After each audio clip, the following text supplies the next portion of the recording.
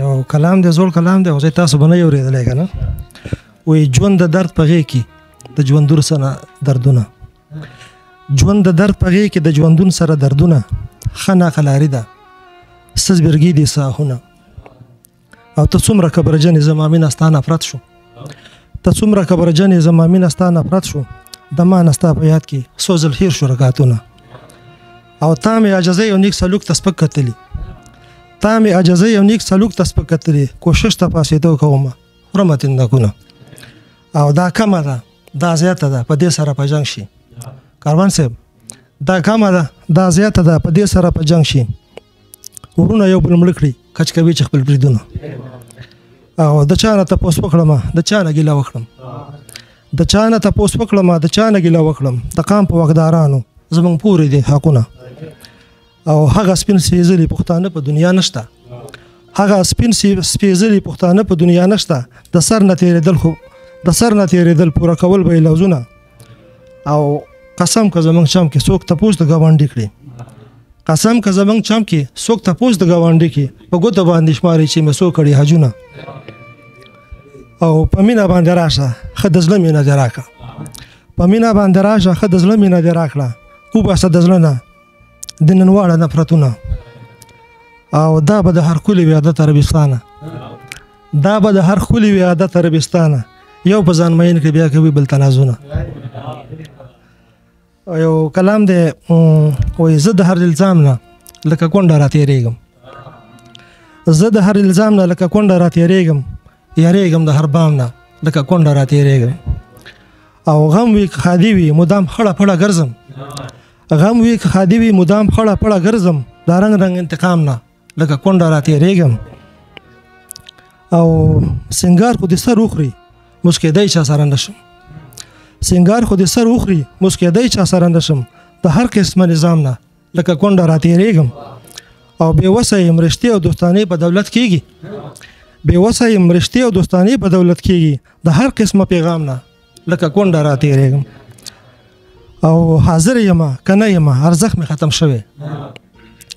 حاضر یم که نه یم ارزښت مې ختم شوی د ژوند د هر نیلام نه لکه کونډه راتېرېږم او ژوندون مې د ملنګ په شان ته تېر شو پوهه نه شوم ژوندون مې د ملنګ په شان ته تېر شو پوهه نه شوم د ښه بد له انجام نه لکه کونډه راتېرېږم او درشل نه چې بهر شم د قام سترګې راپسې وي درشل نه چې بهر شم د قام سترګې راپسې وي پرده کې د خپل قام نه لکه کونډه راتېرېږم ارمان عربستانه چې دا فرق په دنیا نه وي ارمان عربستانه چې دا فرق په دنیا نه وي د ښکلو اهتمام نه لکه کونډه راتېرېږم د غزل نه مخکې یو شعر دوه دي کله ذکر د الله کله ذکر د خالونو کله ذکر د الله کله ذکر د خالونو کله شیخ کله مولا کله پروت په جامونو او په فطرت کې مې مستی ازلی حسن پرست په فطرت کې مې مستی ازلی حسن پرست خو نظر مې د عقاب خوښ په دنګو دنګو غرونو په یو نظر ستا د ښایست پېژنګلو ګرانه ده په یو نظر ستا د ښایست پېژنګلو ګرانه ده زما د درد قصه په ستړو سویلو ګرانه ده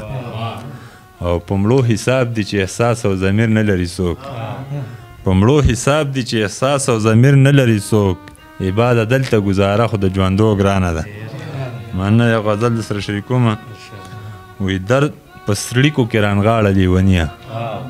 درد په سړیکو کې رانغاړه لیونیه په ماضي پسې مه ژاړه لیونیه او بل ته مه نیسه لاسونه چې څه غواړي